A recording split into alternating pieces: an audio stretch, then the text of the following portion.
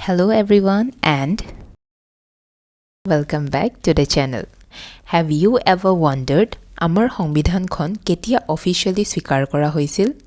We all know that about Republic Day on 26 January, but what's the real story behind it? Who wrote the Constitution? আৰু এই Constituent Assembly বুলি ক'লে exact কি বুজায়? আজি আমি এই ভিডিঅ'টোত জানিম কিদৰে ভাৰতৰ সংবিধান এডপ্ট কৰা হৈছিল, কোনে কৰিছিল আৰু কিয় এইটো আমাৰ স্বাধীন ভাৰতৰ সবাতোকৈ ইম্পৰ্টেণ্ট ষ্টেপছৰ ভিতৰৰ এটা বুলি কোৱা হয়। So, without wasting any time, let's dive in. ভাৰতৰ সংবিধান বনাবলৈ এটা কনষ্টিটুৱেণ্ট এছেম্বলি অৰ্থাৎ সংবিধান সভা গঠনৰ আইডিয়াটো প্ৰথম 1934 চনত এম.এন. ৰয়ে দিছিল।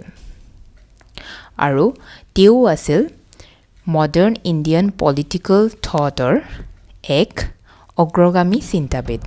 পিছত 1946 চনত এই আইডিয়াটো বাস্তৱ হ'ল কেবিনেট মিছন প্লেনৰ অধীনত।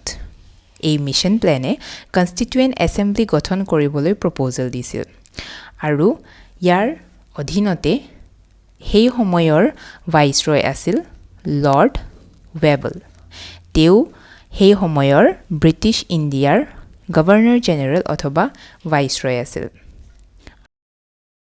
এই মিছনখনত অংশ লৈছিল ব্ৰিটেইনৰ তিনিজন কেবিনেট মিনিষ্টাৰ, মানে তিনিজন ইম্পৰ্টেণ্ট ব্ৰিটিছ লিডাৰ আহিছিল। এই তিনিজন আছিল পেথিক লৰেন্স, ষ্টেফৰ্ড ক্ৰিপছ আৰু A.V. আলেকজেণ্ডাৰ। আৰু এই তিনিওটা নাম আপোনালোকে মনত থ'বলৈ এটা ইজি কোড মনত থৈ দিব, APS। APS এই টাৰ্মটো আপোনালোক সকলোৰে যিহেতু জ্ঞাত। তো এৰ পৰা আমি কাক মনত ৰাখিম, A.V. আলেকজেণ্ডাৰ, আৰু পিৰ পৰা পেথিক লৰেন্স আৰু এছৰ পৰা ষ্টেফৰ্ড ক্ৰিপছ। এতিয়া আমি চাওঁ সংবিধান সভা কেনেকৈ গঠন কৰা হৈছিল তাৰ বিষয়ে থুলমূলকৈ। চ' প্ৰথমতে সংবিধান সভাটো অফিচিয়েলি নৱেম্বৰ 1946ত গঠন কৰা হৈছিল আৰু তেতিয়া ইয়াৰ মুঠ সদস্য আছিল 389 আৰু এই 389 জনৰ পৰা 296 আছিল ব্ৰিটিছ ইণ্ডিয়া, মানে ডাইৰেক্ট ব্ৰিটিছৰ অধীন অঞ্চলবোৰৰ পৰা, আৰু বাকী 93 আছিল প্ৰিন্সলি ষ্টেটছ, মানে ৰজাৰ ৰাজ্যবোৰৰ পৰা, যিবোৰ টেকনিকেলি ব্ৰিটিছৰ অধীন নাছিল কিন্তু কণ্ট্ৰলত আছিল। চ' ট'টেল কিমান আছিল 389, তাৰে 296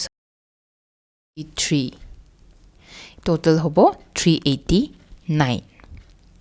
প্ৰিন্সলি ষ্টেটছৰ পৰা অহা সদস্যবোৰ নমিনেট কৰা হৈছিল, মানে ৰজাৰ চৰকাৰে নিজৰ পৰা ৰিপ্ৰেজেণ্টেটিভছ পঠাইছিল আৰু ব্ৰিটিছ ইণ্ডিয়াৰ সদস্যবোৰ ইলেক্টেড অৰ্থাৎ বাছনি কৰা হৈছিল। এই এছেম্বলিখন ট্ৰুলি ৰিপ্ৰেজেণ্টেটিভ আছিল, মানে সকলো ধৰণৰ মানুহ, কাষ্ট, ৰিলিজন, প্ৰফেশ্যনৰ পৰা মেম্বাৰ আছিল। ইয়াত ইলেক্টেড আৰু নমিনেটেড দুটা ধৰণৰ মেম্বাৰো আছিল। এতিয়া আমি চাওঁ প্ৰথম বৈঠক, মানে কনষ্টিটুৱেণ্ট এছেম্বলিৰ প্ৰথম মিটিং কেতিয়া, কি ঘটিছিল তাৰ বিষয়ে। এই মিটিংখন হৈছিল 9 ডিচেম্বৰ 1946। সংবিধানৰ প্ৰথমখন সভা। মুছলিম লীগে এই মিটিংখন বয়কট কৰিছিল, অৰ্থাৎ অংশগ্ৰহণ নকৰিলে, কাৰণ তেওঁলোকে পৃথক ৰাষ্ট্ৰ পাকিস্তান বিচাৰি আছিল। তাৰে পিছত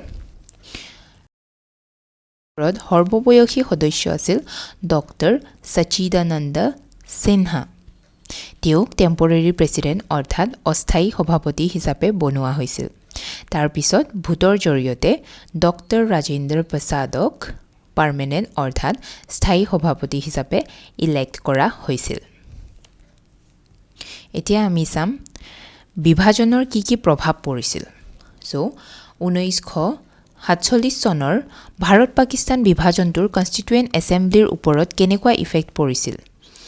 1947 চনত ভাৰত বিভাজিত হোৱাৰ পাছত বহু কথা সলনি হৈ পৰে, যেনেকৈ মুছলিম লীগৰ সদস্যবোৰ এছেম্বলি এৰিলে, কাৰণ পাকিস্তানত গৈ মিলি গ'ল, মানে যিসকল মেম্বাৰ পাকিস্তান অংশৰ আছিল তেওঁলোকে ইণ্ডিয়াৰ কনষ্টিটিউশ্যন গঠনত ভাগ নল'লে, তেওঁলোকে কি কৰিলে, উইথড্ৰ কৰিলে। চ' তাৰে প্ৰভাৱত কি হ'ল যোনটো মেম্বাৰ্ছ আগতে 389 আছিল সেইটো কমি এতিয়া কিমান হৈ গ'ল 299 সো আমি ইয়াৰ পৰা গম পাব পাৰো যে প্ৰায় 90 জন বাদ হৈ গৈছিল স্পেশালি ফ্ৰম মুছলিম এৰিয়াছ এই সময়ত বহু সমস্যা দেখা দিলে বিশেষকৈ প্ৰিন্সলি ষ্টেট যি ৰজাৰ অধীনত আছিল ইণ্ডিয়াত মিলোৱা এইটো এটা বহুত ডাঙৰ চ্যালেঞ্জ হৈ পৰিছিল কাৰণ কিছুমান ৰজাই চাইছিল নিজা ইন্ডিপেন্ডেন্ট থাকিব আৰু সেইবিলাকক মনোৱাটো একেবাৰে সহজ কথা নাছিল ইয়াৰে পিছত সংবিধান সভা কনস্টিটিউয়েন্ট এসেম্বলিখনে কেৱল সংবিধান বনাই শেষ নকৰে তেওঁলোকে বহু ইম্পৰ্টেন্ট কামো কৰিছিল এসেম্বলিটো মাত্ৰ সংবিধান ড্ৰাফট কৰা কামত সীমাবদ্ধ নাছিল ই আন ঘৰুৱা আৰু ৰাষ্ট্ৰীয় ডিসিশনছো লৈছিল যেনেকে মে 1949ত ই কমনৱেলথৰ সদস্যপদ অফিচিয়েলি মান্যতা দিলে কমনৱেলথ মানে হৈছে ব্ৰিটেইনৰ লিডাৰশ্বিপৰ আণ্ডাৰৰ দেশবোৰৰ এটা group but it is without direct British rule আৰু ই এডপ্ট কৰিছিল নেশ্যনেল ফ্লেগ যোনটো আমাৰ ত্ৰিৰংগা তাৰপিছত নেশ্যনেল এন্থম জনগণমন আৰু নেশ্যনেল সং বন্দে মাতৰম এইবোৰক অফিচিয়েল ষ্টেটাছ দিয়া হৈছিল স্বাধীনতা পোৱাৰ সময়তে আৰু সংবিধানৰ সভাখনে ডক্টৰ ৰাজেন্দ্ৰ প্ৰসাদক ভাৰতৰ প্ৰথম ৰাষ্ট্ৰপতি হিচাপে ইলেকশ্যনৰ জৰিয়তে নিৰ্বাচিত কৰে সো ডক্টৰ ৰাজেন্দ্ৰ প্ৰসাদ হৈছে আমাৰ ইন্ডিপেন্ডেন্ট ইণ্ডিয়াৰ প্ৰথমজন ৰাষ্ট্ৰপতি এতিয়া আমি চাওঁ কিমান সময় লাগিল আৰু কেনেকৈ কামবোৰ কৰিছিল তো সংবিধান বনাবলৈ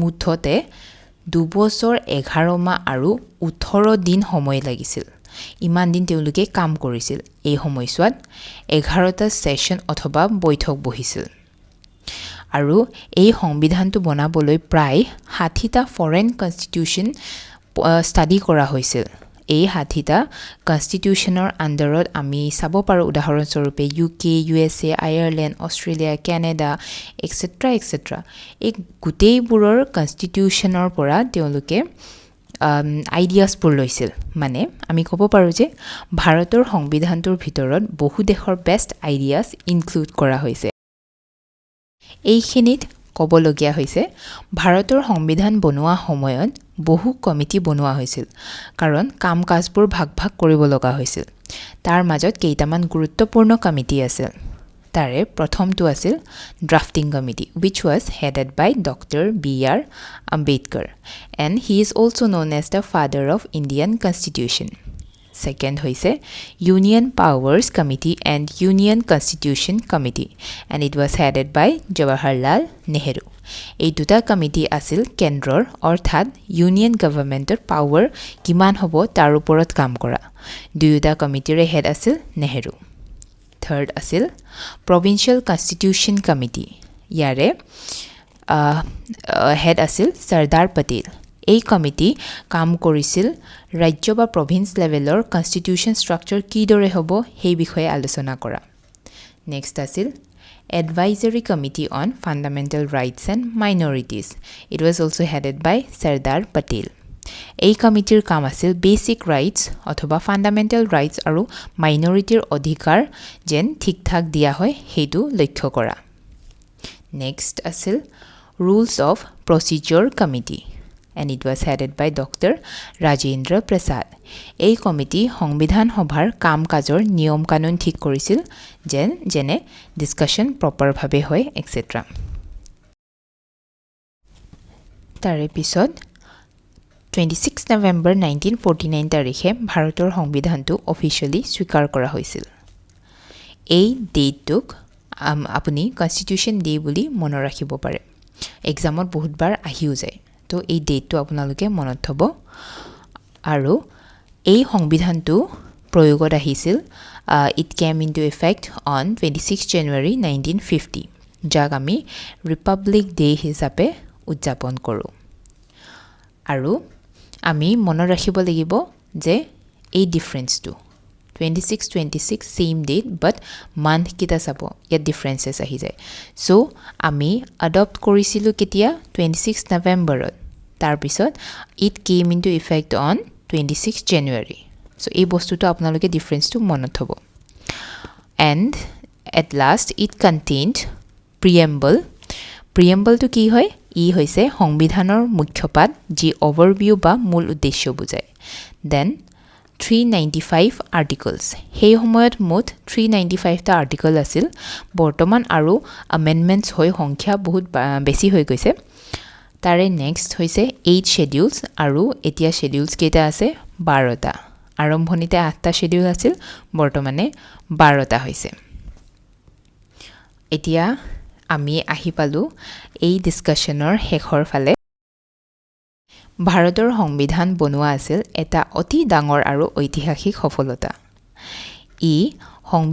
এই সংবিধানটোৱে ভাৰতক কি দিছিল বাৰু ই ভাৰতক দিছে এটা শক্তিশালী ভিত্তি লোকতন্ত্ৰ ন্যায় আৰু সমতাৰ ওপৰত এই সংবিধানখন এতিয়াও বিশ্বৰ সৰ্ববৃহৎ লোকতন্ত্ৰ ভাৰতক পথ দেখুৱাইছে হৰু কৰি ক'বলৈ গ'লে এই সংবিধানখনেই আমাৰ দেশৰ শাসন ন্যায় আৰু অধিকাৰৰ মূল দিছে সো এভৰিওয়ান এতিয়া তোমালোকে জানিলা কেনেকৈ আৰু কেতিয়া ভাৰতৰ সংবিধান এডপ্ট কৰা হৈছিল আৰু কিয় 26 জানুৱাৰী এতিয়া ৰিপাব্লিক ডে হিচাপে সেলিব্ৰেট কৰা হয় Constituent Assemblyৰ এই কন্ট্ৰিবিউশন উইদাউট ডাউট আছিল লেজেণ্ডাৰী আৰু সংবিধান এডপ্ট কৰা দিনটো equally important So, if this video helped you learn something new, তেন্তে লাইক আৰু শ্বেয়াৰ কৰিব আৰু চেনেলটো সাবস্ক্ৰাইব কৰিবলৈ নাপাহৰিব আপকামিং ভিডিঅ'ছবোৰৰ বাবে Thank you so much for watching. See you in the next video.